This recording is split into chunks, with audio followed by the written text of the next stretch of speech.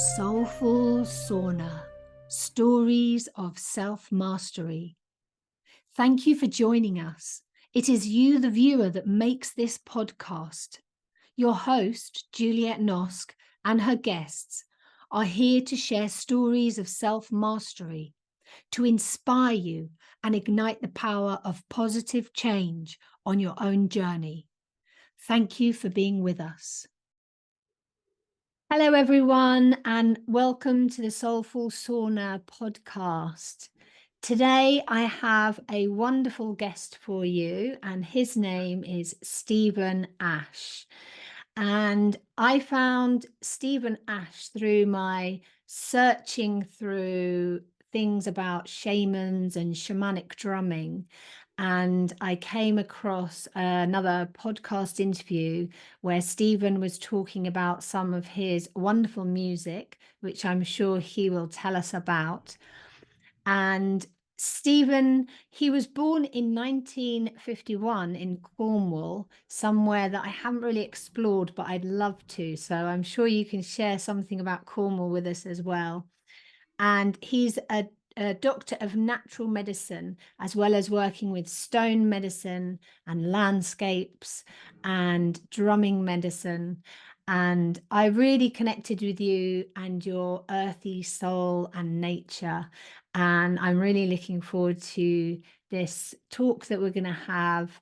And yeah, I'd first love it if you could share a little bit about your background. And obviously you've been on the planet for a long time now, and you've seen a lot of changes in the world. And I just think that's super amazing and exciting.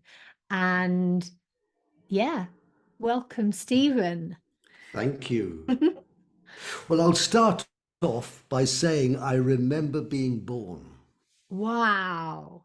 I remember coming out, and the picture I see is a window in front of me and a cupboard on that side of the window, and I can see a blue sky. And this was on the north coast of Cornwall at a place called Bude.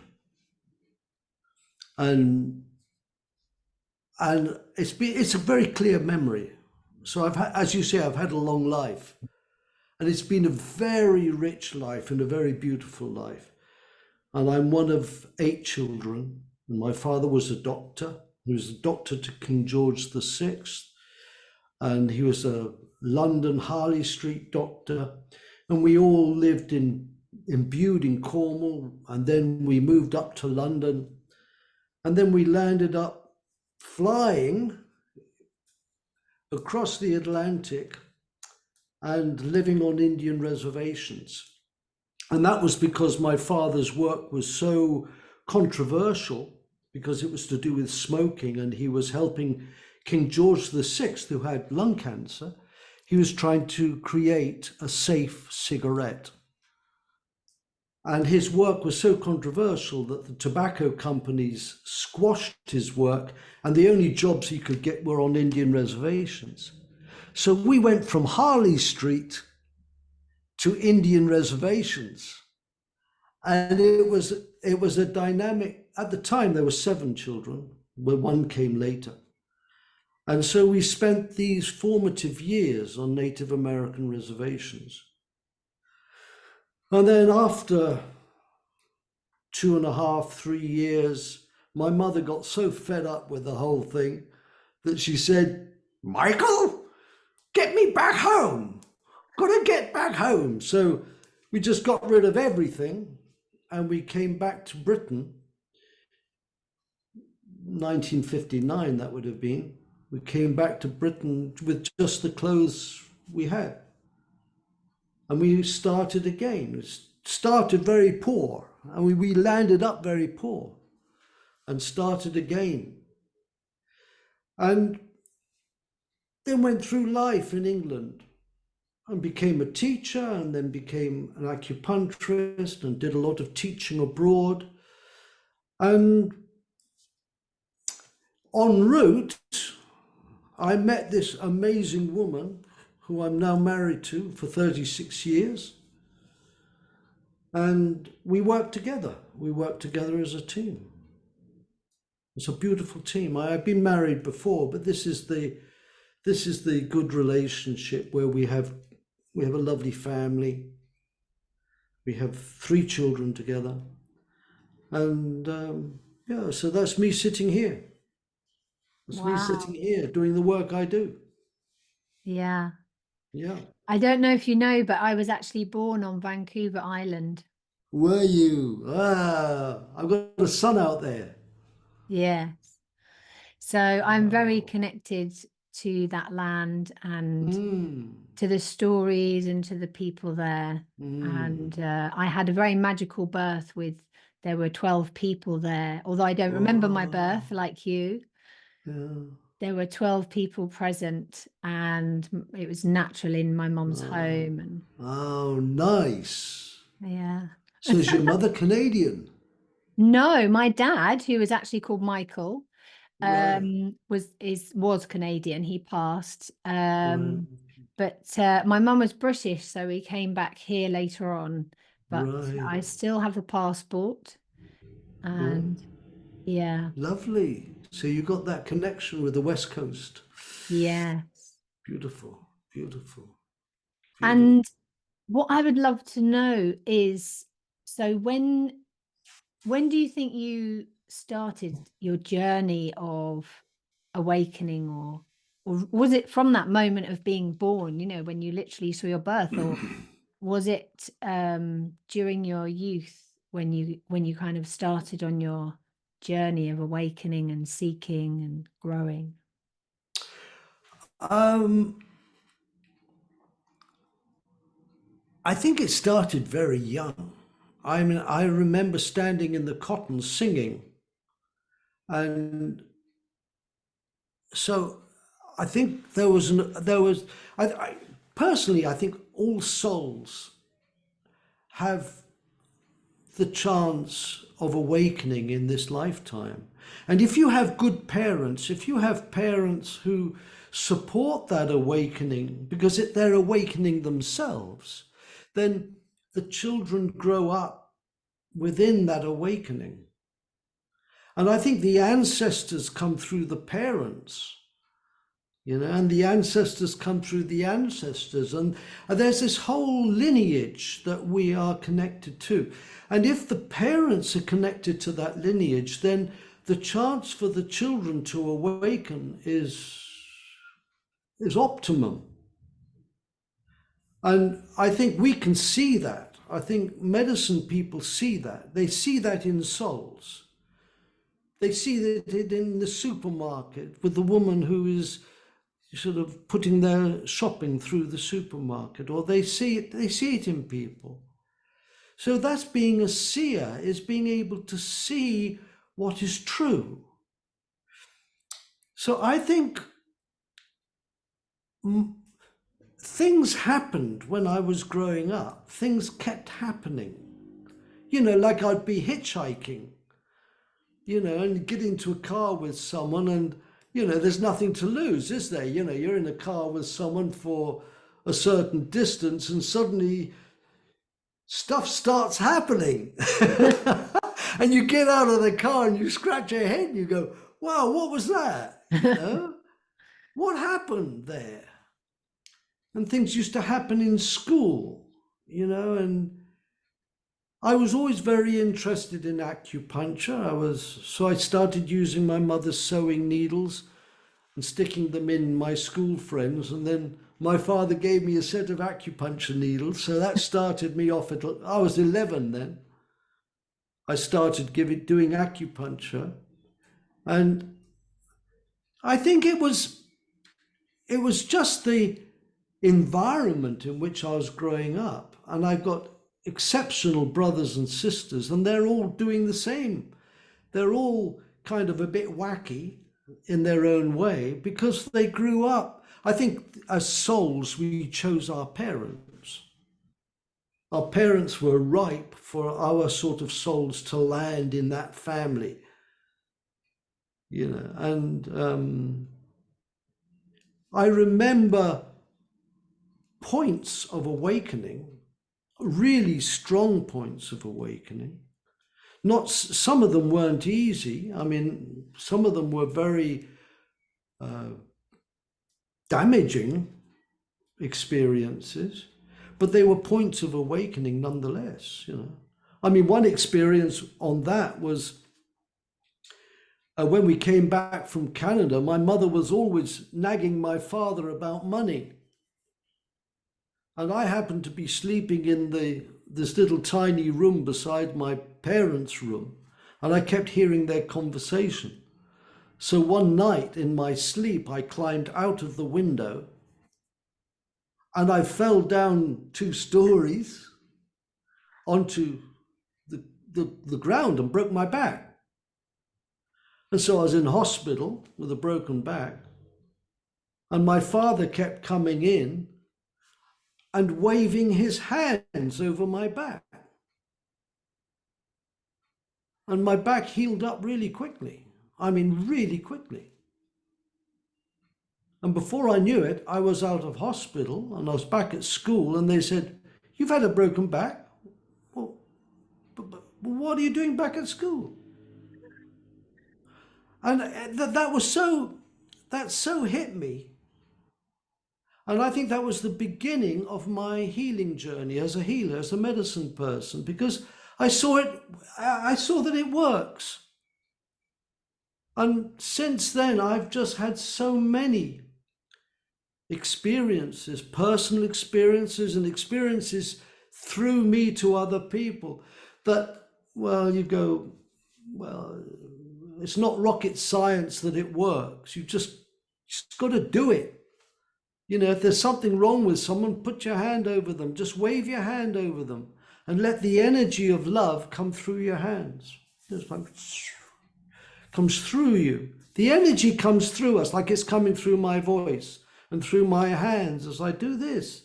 The energy's coming through. It's not limited, it's unlimited. Unlimited. No limits. No limits. Like you talk about Vancouver. You were born in Vancouver. As soon as you say that, I said to you, I've got a son in Vancouver. Well, that meant that my consciousness went straight to Vancouver. It's as quick as that. No limits. That's the truth. That's the truth. And if human beings can open up to that unlimited, I mean, look, I have to keep working on myself. I've got a good mouth. I'm good with words, okay? I'm good with words. But it is the truth. Yes. Yes, I feel that too. And what you said at the end there as well, we're all on the same path. So yes, you have the mouth, and yes, you're talking about it. And we're always here to keep lifting each other up, because one of us may fall or another one may fall, and then we continually help lift each other up. And that's what I say when I speak of self-mastery is, that it's a journey, it's not a destination. And we're all on that journey, and we're all in different spaces, but we can be here and support each other. It doesn't mean that anyone is above anyone, but we're here to remind each other and to continue remembering that beautiful power, like you say, of love, and how true it is and how quick it is. And I have seen in my life as well many times where that truth has come to me, when my mum injured her hip and they said it was fractured, and then we held her in a space of love, and then there was no fracture and she was released from the hospital, and various powerful stories like that. So yeah, I'd love to go back to something that you spoke about with your dad working on tobacco, or working with tobacco, and I'd love to know when you went to the reserves, what happened with his work there, because obviously the way that Indigenous peoples work with tobacco is very different from our experience of tobacco. Absolutely. Well, Pa kept being moved from reservation to reservation because although he was the reservation doctor, he was meant to be the government doctor, right? He was meant to not really look after the Indians, but he loved the Indians like he loved the gypsies. Before he went to Canada, he was always looking after the gypsy folk. And when he went to Canada and he was on reservations, he loved being with the Indians. And so he was given the name of Mountain Ash. So I think during that time, Pa learned that tobacco is this sacred medicine. And what he said all along was that it wasn't the tobacco that was at fault. It's just that the leaf of the plant is the excretory organ of the plant. So if you put weed killers and fertilizers onto the plant takes it up, all these residues, it takes it up and it puts it into the leaf because the leaf is going to be excreted. It's going to drop off the plant. Now, if you smoke that leaf with all that rubbish in it at high temperature, it's going to cause you problems. Now, a little bit isn't going to cause you problem, but when you smoke 20 a day, it causes you problems because, every medicine becomes a poison. And nicotine is a serious poison anyway, okay? So it's a matter of using it respectfully. Since that time, and I am a pipe carrier, I carry the sacred pipe, and we do pipe ceremonies every full moon, every new moon, online. So any of you listeners, if you want to be involved in sacred tobacco ceremonies, we do it every 2 weeks. We'll be doing one tomorrow night here online. So tobacco isn't the problem. It's the way we disrespect tobacco. And it's the same with all the medicines, the same with coffee, tea, cocaine, marijuana. It's all the same. It's to do with our consciousness. Now, I'm not saying, oh, look, go get on and do it and freely do it, because the cleaner we are and the clearer we are as humans, the better it is. So we have to moderate everything ourselves. There's no one to judge anyone. I judge me on my behavior. I'm sure, Juliette, you judge yourself on your behavior, okay? You don't need anyone else to do it because you're enough, okay? And it's the same for all of us. We don't need other people judging us whether we should smoke or not smoke. But it's a matter of finding a balance and a harmony in our lives. That's what the medicine path is about. Yeah. So that's the story of Pa and tobacco. He used to steam the tobacco. Okay, so the kitchen was filled with the smell of the steaming tobacco. He's steaming it away, steaming all the rubbish off. That's all you got to do is steam it. Okay. And what it does is it changes the sugar in the leaf, so the leaf becomes sweet. And then you re-dry it, and you have a clean tobacco. Very confronting. You know why it's very confronting? Because the tobacco industry were putting in sugar, and they were putting in crap and rubbish to make people addicted. That's where they got nailed. Yeah. Marlboro, all these, you can smell it in a normal tobacco with a filter, okay? Any packet of tobacco, the native people say it's rubbish. Don't smoke it. It's rubbish. If you're going to smoke, roll your own. Get a good organic tobacco and roll your own. Yeah. Yeah, simple. And I love what you say there about it's the consciousness with which we do it. I remember hearing a talk, and I believe it was Satish Kumar when I was in Spain, and I was in a school, an alternative school called Aguadejo. All right.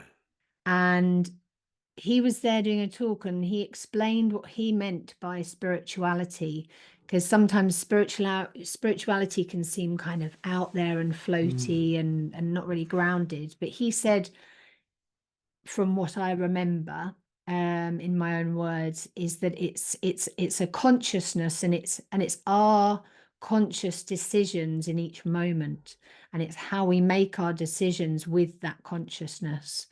And it was just a really simple explanation of this is what I understood from what he said, and it just made so much sense. And then you kind of go, what, that's it? And it's like, yes, that's it. Yes. It's so simple. It's being conscious in this moment, and making conscious decisions, choices, actions, words, thoughts, and living from that space. And that was what I was reminded of when you said that it's not about these things, these medicines. It's the consciousness with which we do it. Absolutely.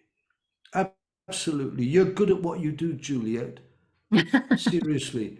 Because you're coming from that place. If you're coming from that place of saying, look, history's fine, but what we're doing at the moment is what's cracking. And when this goes out to people to listen to, it's what they're doing at the moment of it being listened to. That's what's vital. It's this spark at this moment. That's what it is. And that's what this whole thing about being alive is. That's what it is. So thank you. Thank you for those words. Those were good words. Thank you. Good words. So, have you got a sauna experience at all? Oh yeah, I have. Yeah. At one time, my father, my brother David, and myself, we started a school in Cornwall called CAMS. It was the College of Alternative Medicine and Science, and that was 1975. So it's a long time, a good while ago. Okay, good 50 years ago. So it was really the first school of alternative medicine in the UK.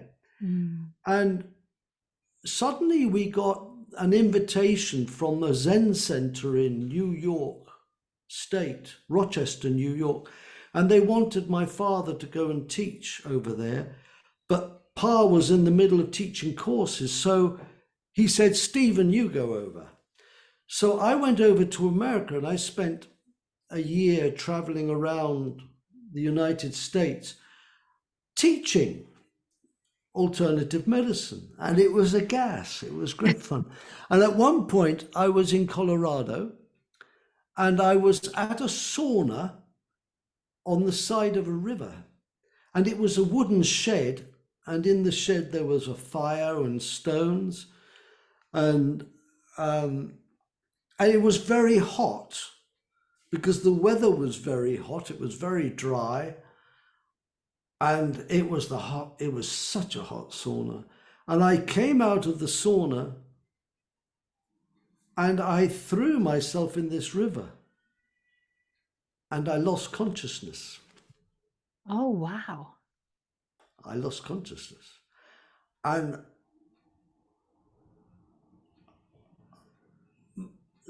I managed to get out, but I could have been a goner at that age, 27, I could have been finished. So I always remember that as my one sauna experience. I'm sure you've had more pleasant ones than that. But since then, I've had many marvelous saunas and many marvelous sweat lodges, which is like a sauna. Were you alone then in that sauna? No, there were other people. 3 or 4 other people. Mm. But it was scary, you know. I remember that feeling of being in water and not being able to do anything. Mm. You How did know, you come to? I really don't know. I mean, I don't know, Julia. I don't know how things changed. Mm. I mean, you call them little deaths, really. Those are called little deaths. I've had little deaths, medium-sized deaths, and big deaths. And, you know, it's somewhere in consciousness. I mean, I'm very happy to be sitting here talking with you and in my room and with my Renata. And this is the lovely, this is the best, really, because there are other layers of consciousness which are not so, I mean, you can't put a judgment on them, but they can be pretty scary. They can be pretty scary. Yeah. Yeah. Very scary. And I think rivers are very forgiving creatures. I think as a creature, a river is not neutral. It's a creature. It has consciousness. I've got a river out here, which I walk along. I know this river very well, and it's got consciousness. So it's a very forgiving and loving creature, really. Yeah. Yeah. There's a tribe called the Wanganui tribe, and they fought for human rights for the river. They, you know, they were an indigenous tribe, and they had such a deep connection with the land and with the river, and they knew, you know, how special the river was, and they really honored and respected it, so much so that they fought for human rights, similar kind of things as human rights for the river. Yeah. Brilliant. Brilliant. Yeah. So can you what if you were to explain to an alien what self-mastery is for you, how would you explain that? To an alien. Well, you know, if Yeah, I there know what you are mean. aliens. Self-mastery. Yeah, there are aliens. Yeah, I did. Yeah. I'm very fortunate to be human. And I think that's the center of self-mastery, isn't it? Is to be grateful to be a human.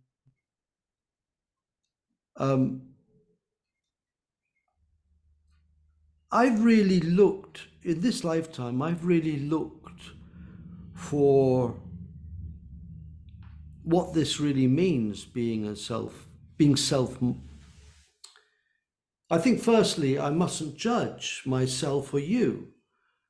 I must stay where I am in this moment. And that's the biggest challenge in self-mastery, is to be present. As Ram Dass says, be here now. You know, be here, be connected, not be distracted, be of my highest potential. See that this is an opportunity to be interviewed by you, and to touch other souls is an opportunity. That is the opportunity of being human, is not just to hold it to myself, but to share what I've got. Share the music. Now, the music for me is such an important part of the mastery, because you don't own music. Music comes through as a gift. And quite frankly, the music that comes through me is absolutely beautiful. And it always has been beautiful. And it always will be beautiful. Because as a human being, I just love singing. I love the sound of lifting my voice or lowering my voice, taking it up or taking it down. I mean, I remember my first song when I was in the crib, and it was the song that went like this. Oh, dee. Oh, dee. Oh, dee. And Audie was the name of my nanny. So that was maybe my first word was Audrey. Instead of being Audrey, it was Audie. And I remember standing in the cot, holding on to the sides, sort of Audie. And it was the sound of going Audie. It was like, oh, that's a melody. And it is, of course. And it's just gone on from there. And if you look at this room, it's just filled with musical instruments. I mean, you know, there's this and there's musical instruments everywhere. Because I think the sounds that we produce, that's why words are so important. When people insult each other, that's bad sounds. Don't do it. Don't do it. Watch what comes out of your mouth. Make it beautiful. Make it truthful. Make it truthful. Make it beautiful. So to me, self-mastery is, what am I given as a human being to master? What am I given? What am I good at? As my dear brother Jesus says, you're given talents. What are you going to do with your talents? Some have got 2 talents. Some have got 5 talents, 4 talents. That's 4. That's 5. So what are you going to do with your talents, Juliette? What are you going to do? Well, you're doing something with them. Bless you for doing something with your talents. Well, that's self-mastery. And I don't think there's an end product. I don't think there's an end to this. Look, I'll tell you a little secret. 4 years ago, I had a heart attack and I died. And I was dead for 20 minutes. Wow. Okay. And people said to me, well, and I was black and blue. I was beaten up like mad. And afterwards, people said, Stephen, what did you experience in that time when you were dead? Because you're dead for 20 minutes. I mean, I'm glad I'm not a cabbage, because I could have been a cabbage. And quite honestly, nothing. Quite honestly, zilch, nothing. And then people said, well, so what did you experience? I said, nothing. What did you experience? I didn't experience anything. It was nothing. And then I started getting flashbacks of being beaten up. And then I started noticing nothing. And then I realized that everything is in the foreground, and it's the nothing which is the substance of the background. But it's not substance, it's nothing. It's no thing, because there is no thing behind this thing. This is a thing. Look, I can bang myself on the head because I'm a thing. And I can do what I do because I'm a thing.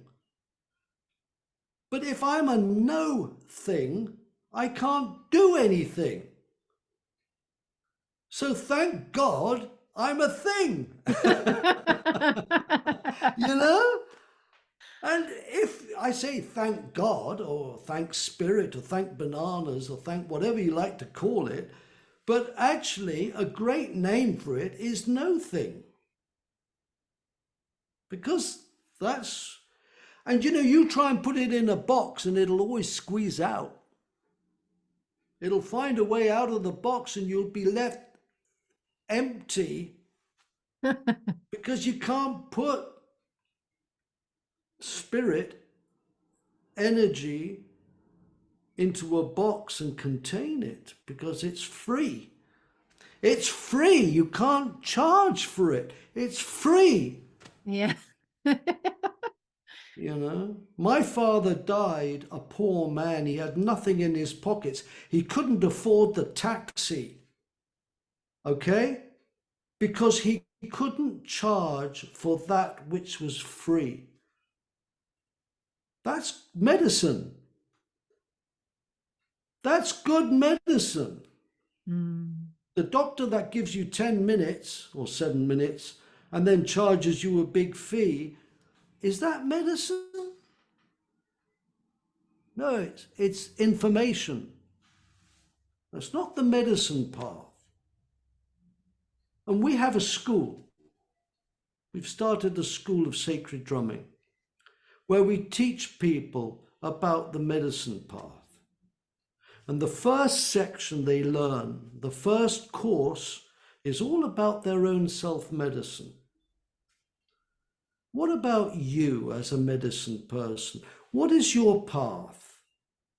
Let the drum speak your path to you. The drum. The drum is the messenger. It's hollow, like my chest and my lungs and my heart. It's hollow.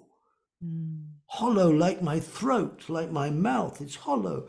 But a lot of things inside the body are hollow. And that's the drum. That's the sacred drum. My chest is you get my diaphragm, it's like the skin of the drum. You get my rib cage, it's like the shell of the drum. Sacred drumming is the first part is your medicine. And then the second part is people make a drum, make their own medicine drum. And then they do a practitioner's course. So they learn how to use the drum with other people. But first they have to learn the drum on themselves, then on other people. And then in relationships. How do you use the drum in relationships? How best can we use these incredibly primitive tools, these ancient tools, to open up consciousness? And these courses are online. We have people teaching the courses also in person. So you can do the courses in person, but you can do the courses online. And they're not expensive. They're not the most expensive of courses. You know, we're very generous. We try and do it so that normal people can get into their medicine path. We're not trying to go for the converted, going for the people who want to break free of the constraints of modernity. Yeah. And there is a rising up of more and more people becoming interested in the drum. And in fact, you know, last year I birthed my own drum as well. Oh, nice. Yes. And what sort of drum did you make? So mine is a frame drum. Like the one on the wall there? Yes. And I made it with a lady called Dory Joy. And it was a whole day's ceremony. And we received our skin. Mine is a buffalo bison skin from Native America, from the Native American people. So taken respectfully and honoring the animal. And yeah, she's very powerful, and it's from a male bison, but I kept calling her she. And then I realized, I found out that the drum is known as the feminine and the beater is obviously the masculine energy. Yes. And good. yes, very beautiful, very, very beautiful. And yeah, I do shamanic drum journeying where people go to meet their spirit animal. Good. And Good. people just love it, and the effects are very profound and very healing. And how did you get into music and the drum specifically? Wow. Well, It's a lovely story, actually, because Renata wanted to get me a pipe, wanted to get me, because I'd been offered to be a pipe carrier. And she wanted to get me a pipe, but there was a lot of complications. So instead, she bought me a drum. And see that drum with that one with the three strings Yes. on it? Well, she bought me that drum. Renata bought me as a gift.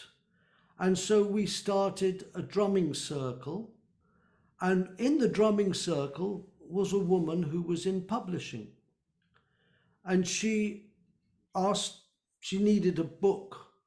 Their company needed a book on drumming. So they asked me to write a book on drumming. I didn't know anything about it really, but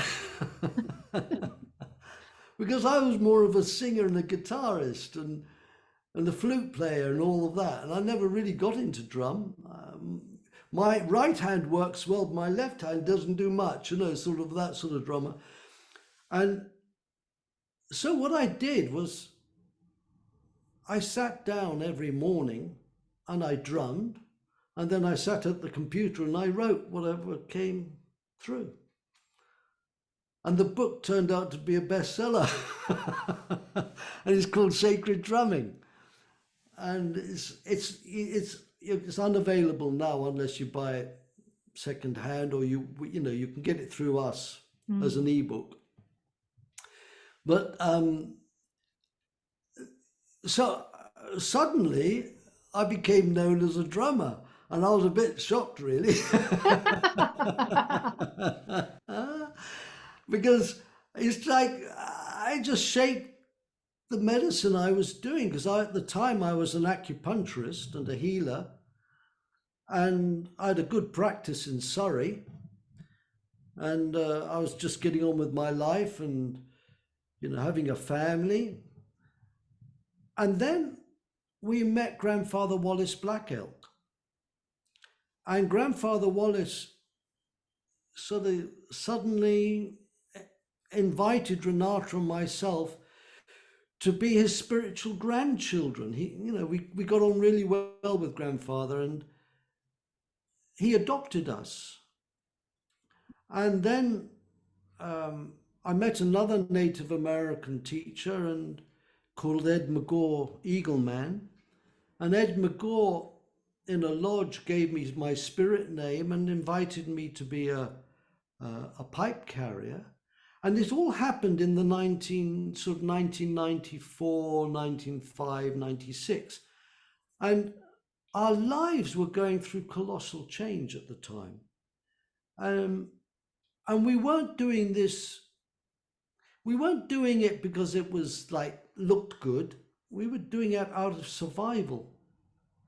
It's as if suddenly the word indigenous became real to our lives. Renata had been ill for many years with ME, and everything was falling apart. Our lives were falling apart, and it was like the river of life suddenly became a torrent, and it was crazy, and we had young children, and everything was just falling apart. And the one thing that happened was Grandfather Wallace, this experience with the Native Americans, seemed to come in from my childhood. The emphasis changed from Chinese medicine to the medicine we're doing now, which is very much more to do with the indigenous nature of us. Like, what is the indigenous Juliette? We are indigenous to this land, to these rivers and these trees and these plants and this soil. We don't need to be pretending to be Native Americans. We've got it all here. The spirit's alive here. So how can we tap into that wherever we are and be the power that we are? And that, I think, that breaking the shell of our illusion, breaking the shell of our lack of reality. That needs to happen. So the bad times are not necessarily bad. The bad times are shake up times. That we all have to be shaken up at times. And I've had my fair share of being shaken up. I don't sit here complacent. I'm not sitting here Mr. Comfortable. I'm not sitting here Mr. Comfortable. I tell you where I am comfortable, inside my breath. That's where I'm comfortable. And I'm comfortable with teachers. Now, this is my main point.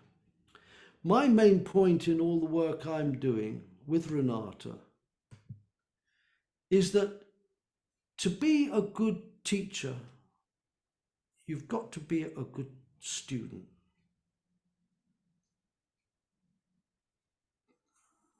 I don't ever want to not have a good teacher. And I've got a very, very good teacher. And no matter what or where I go, I will hold on to the teachings of my teacher, because in order for me to be a good teacher, I've got to be a good student. I've got to be really willing to listen and spend time doing what my teacher tells me to do. That's really important. And I've been doing that for 40 years now with the same teacher. And every day I listen to his words because he's a good teacher. He just happens to be in a male body. It could be a female, but for me, this teacher is in a male body. But Renata is a very good living teacher. She's in a female body. She talks the same words as my teacher Prem. Same words about peace, about harmony, about being a good student. Same words like you speak. You're a good teacher. Be the good teacher by being a good student. Yeah. And who is your teacher? Prem? Prem Rawat. Prem Rawat. I'll say it a third time. Prem Rawat. Yes. He's a good teacher. Do you know his work? I don't think I do know. Well, you better look him up. I will now. He's the most unknown, powerful known. He really knows what he's talking about. And he's been around a long time. It's just he keeps himself invisible. He keeps himself out of trouble. But he's causing the most beautiful power in people's lives to manifest. Yeah. Like he's always done for me. I can say I was on this path before he came into my life. I was on this path. But I think I had a lot of ego. I had a lot of ego. I was damaging women. I was damaging other people. And I was getting away with it. Because that was what I was doing. I was addicted to sex, you might say, or addicted to things that weren't good for me. And I've learned that I must keep that area under control. It's always going to be there. But I've got the choice. It's my choice. Now, that's what a good teacher teaches you. He doesn't take away your free will. He says, no, you have free will. I'm a good teacher. Only because I'm a good student. Yeah. And that reminds me of, when they say to stay with the beginner's mind and always come to something with that beginner's mind. And that's very in line with always being a student. And I think I found that something very important, because if I feel like I know everything, then I'm not going to be open to all those amazing new things that I could learn or that may, open my mind and shift my perspective. Absolutely. Yeah. And how is it working with your life partner? It's a dance. It's a dance. When I fell in love with Renata, it was instant. The moment I met her, life changed. And we met at a conference in 1978. I was presenting music and healing at a conference to the National Federation of Spiritual Healers. And Renata was there was one chair free in the front row. And I was late, and I came running in, and I sat down in the chair, and sitting beside me was this incredibly beautiful woman. And I fell in love with her instantly. And we've been together since then. And she is the most wonderful channel of Kuan Yin. She channels Kuan Yin. And the beauty that comes through her is astounding. And I see that as we move into the age of Aquarius, which is the age of the water carrier and the age of the feminine principle, it's me standing back and letting Renata go forward. Now that's where my ego gets sort of, because I'm having to learn to let a very shy woman step forward. And when you meet her, Juliette, because I know you're going to interview Renata, you'll meet this, you'll see the Kuan Yin come through, the energy comes through. And to me, to be a servant of that is astounding, because I have a great living teacher, which is my friend Prem Rawat, and Renata is a living teacher for me, and our dog Nellie is a living teacher for me. Nellie, she's great. But also in the spirit realm, I have other teachers. I have ancestors who are teachers, and Kuan Yin is a wonderful teacher. Mother Mary is a wonderful teacher. So these entities, these spirit beings, are very available. And just to mention their name invites them in. To sing to them invites them in even more, because they are such incredible quality and quantity of energy. So when you sing to Our Lady or sing to Kuan Yin, she comes through. And that's what we do. We do, working together, we sing to the Divine Mother and sing her into this realm. Now that's Renata. So working with Renata on this level is colossal. It's really, it's magical. It's wonderful. So we step very carefully with each other. For example, I'm doing sacred drumming because that's my forte. I'm now good at sacred drumming. It's taken me years to get good, but I'm good at it. And I'm good at communicating like this with people. So Renata leaves this to me. And then I do the same for her. I give her the space to develop her own work. She gives me the space to develop my work, but we support each other. So I support her with the music, live music. Wherever she does a presentation, I'm there providing live music. And where I need her, like she's very good at the IT, at making sure the computer works well and making sure that correspondence works well. I mean, she made sure, for example, today that everything was on track, because that's not my forte. Yeah? So we both do the washing up and cooking, I do the washing up, she does the cooking. I make the bed, I do the hoovering. She washes the floors. We work as a team. Very practical, very practical. It's got to be practical to work. Mm. And your recent journey to Glastonbury, Mhm. that was a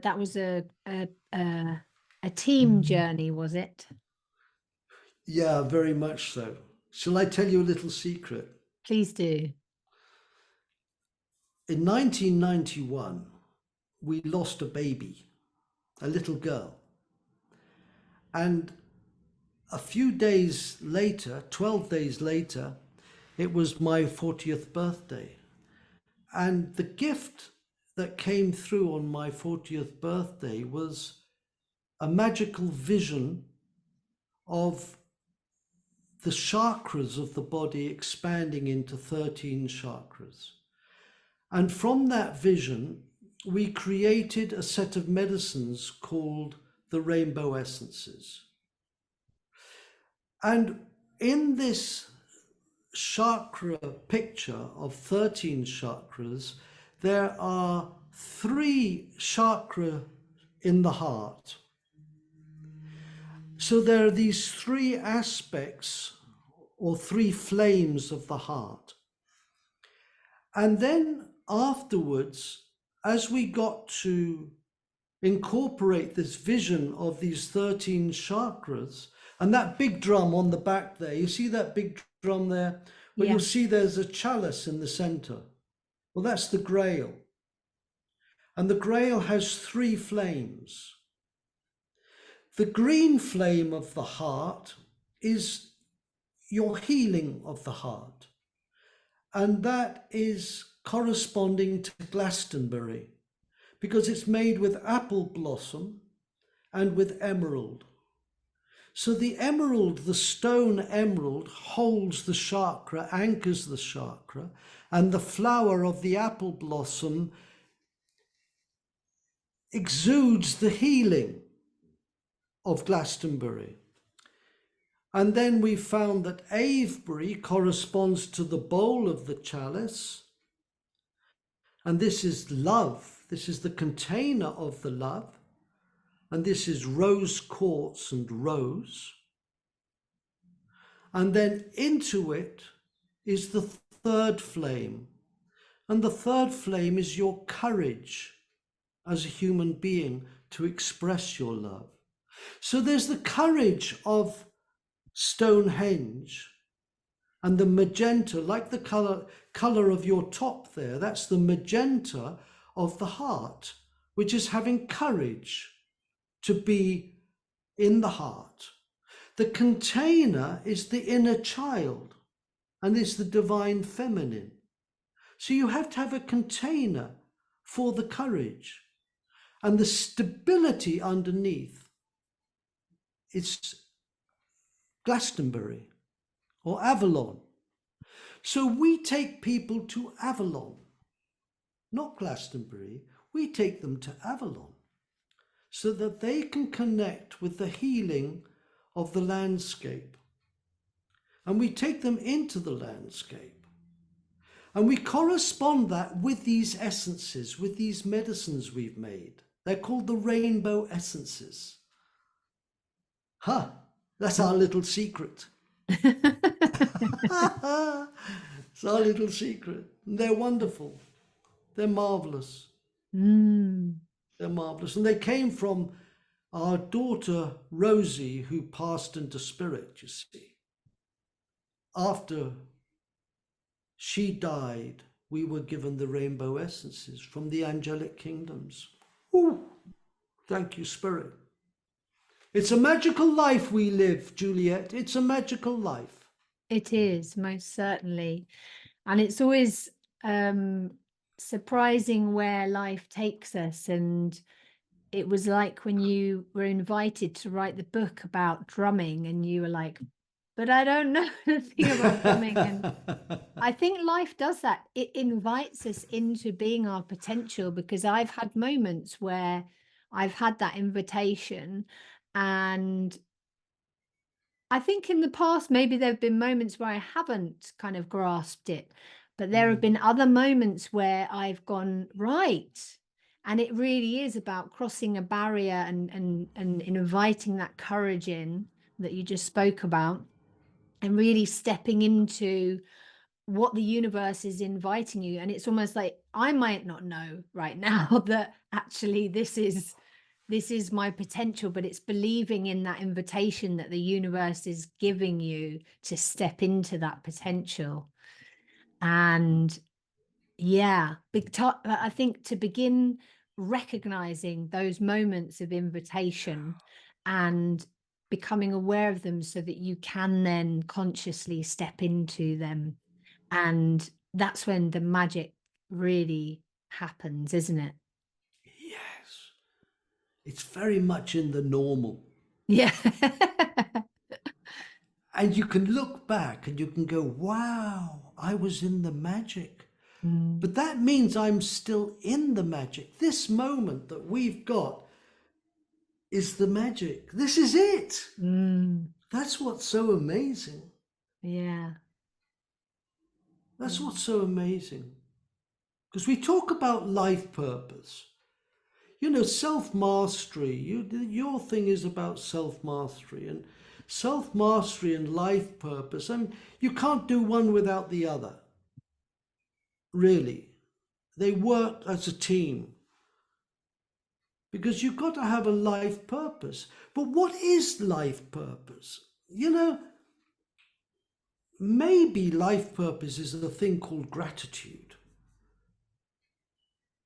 That you're just in this for maybe a moment of your day. You suddenly say thank you for this exquisite experience called life. Maybe that's also called enlightenment. But gratitude and enlightenment go hand in hand.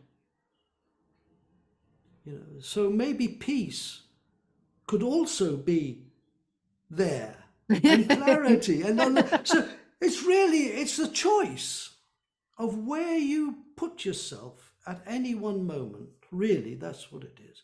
It's my choice where I put myself. Yeah. So, do you happen to have any last words of wisdom for others out there on their journey of self-mastery? Word of wisdom. Yeah. Be gentle. Be gentle. Be gentle on yourself. Be gentle with others. You know, and don't expect too much. Don't expect too much. Don't get bitter. It's not worth it. It's not worth blaming yourself or blaming life or blaming God if God exists. I mean, of course, it's just what it is. Life is what it is. And stay present. The best thing you've got is your breath. And the breath feeds the heart. And the heart pumps the blood. And the blood, you can't see it, but somewhere it's inside there coursing around. I have a question. Yes. How many millions and millions of gallons of blood have passed through creatures since the beginning of time? Blood is carrying all the information, it's carrying the food, the excretory materials, it's carrying it through, and the blood is regulated by the heart, just regulated by the heart to keep moving, keep doing its work. Blood is this most amazing moving organ, coursing through the body. Now, you know what I do? I paint drums with blood. Okay, so a lot of these drums behind you, the red is blood. And do you know where that blood comes from? Where? When I make a sacred pipe, I use my saw to cut the stone. And the stone is the fossilized blood of the ancestors. I keep that dust and I mix that dust with a medium and I paint my drums. And I paint things around the house with the blood of the ancestors. Look, this this work as a shaman person, as a medicine person, needs to be real in your life, not just, I do it on Sundays or I do it when I go to a workshop. No, open the medicine wheel every day. Open the medicine wheel every day. Every morning, open up the sacred direction. Say thank you to the south, the west, the north, the east, the earth, the sky, and within. Say thank you. Great start. Yeah. And look up my music on Bandcamp, Stephen Ash, Yeah. Bandcamp. We'll have all the links below wherever anyone's Good, watching this for good. everyone. Yeah. And thank you for this, Julia. It's been fun. It's been really good. You're welcome. Thank you too. Thank you for joining us for this episode of the Soulful Sauna podcast. We appreciate your continued support. Feel free to leave us a rating, share with your family, friends, and loved ones. I have a question to leave you with. What inspired you from today's podcast, and what actions are you going to take as a result? Time to tell your own story of self-mastery.